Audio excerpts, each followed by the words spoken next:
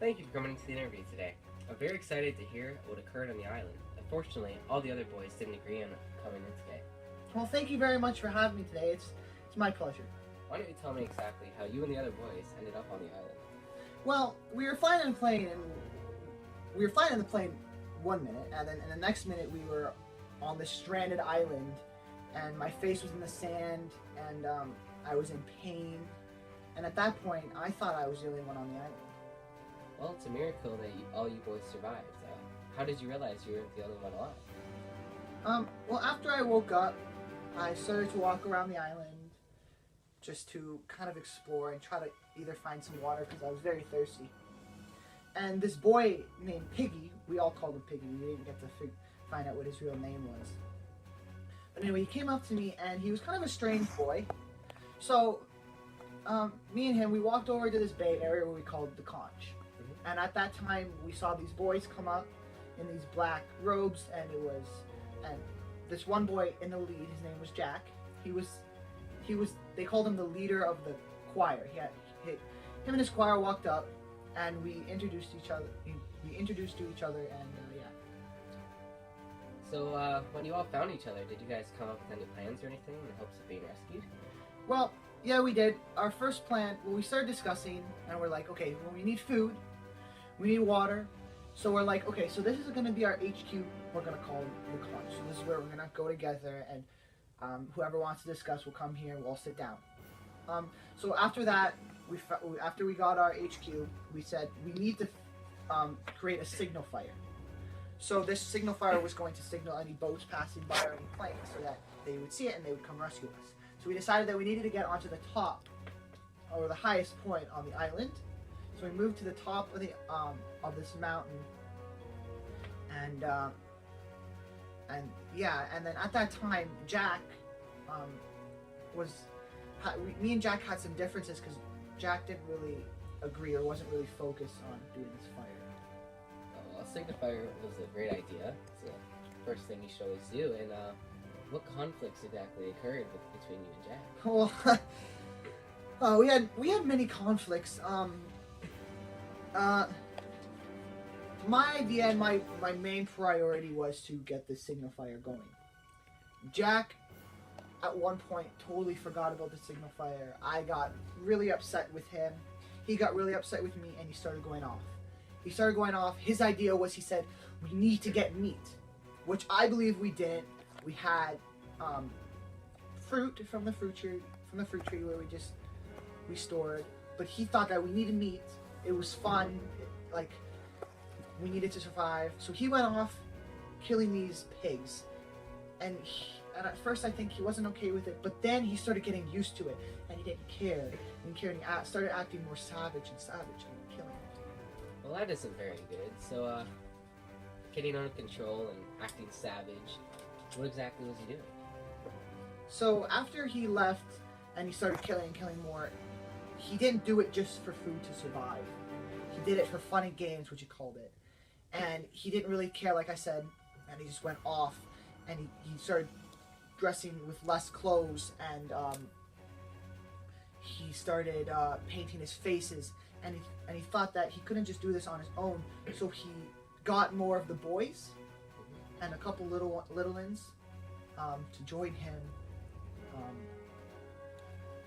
with his killing. How do you feel about this? And were there any boys who decided to stay with you instead of going with Jack?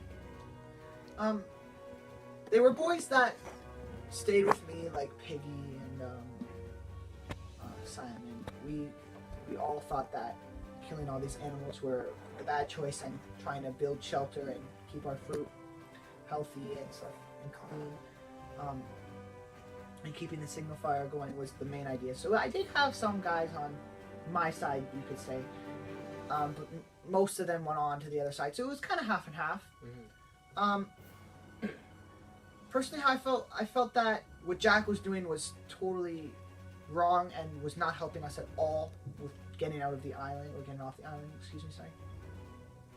So yeah, so I didn't really like it. So that's how we had a lot of differences. And later, things changed because of this beast. Beast? There's a beast?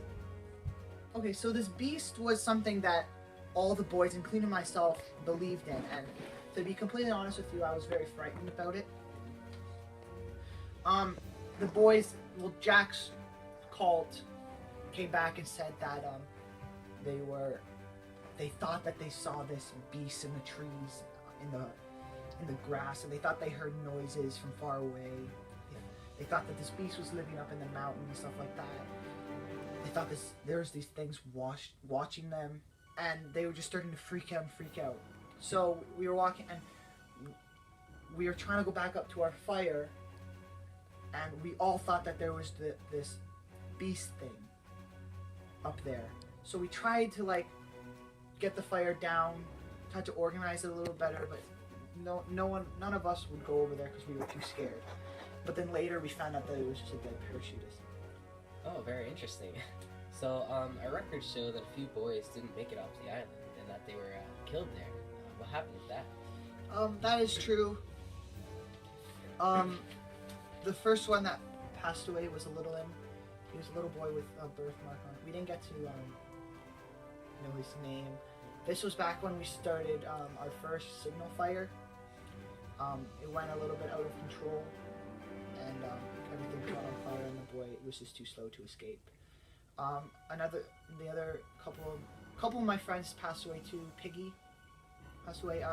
Jack's tribe, I think, it took his glass away, and Piggy wanted his glasses back, and we also needed his glasses to start the fire.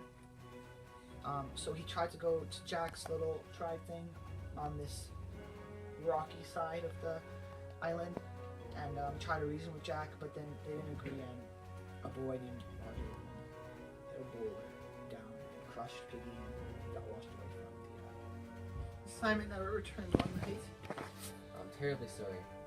When you were found on the island, it was in flames. Can you tell me what happened?